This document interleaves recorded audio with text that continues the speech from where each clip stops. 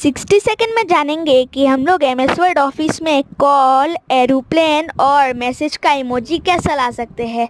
तो पहले हमको प्रेस करना है 2706, उसके बाद Alt+X। इधर में हमारा कॉल का इमोजी आ चुका है और फिर हमें प्रेस करना है 2708 Alt+X। इधर में हमारा एरोप्लेन का इमोजी आ चुका है और आखिरी वाला मैसेज का उसका इमोजी लाने के लिए हमको प्रेस करना है 2709 Alt+X। इधर में भी इमोजी आ चुका है। Thank you guys.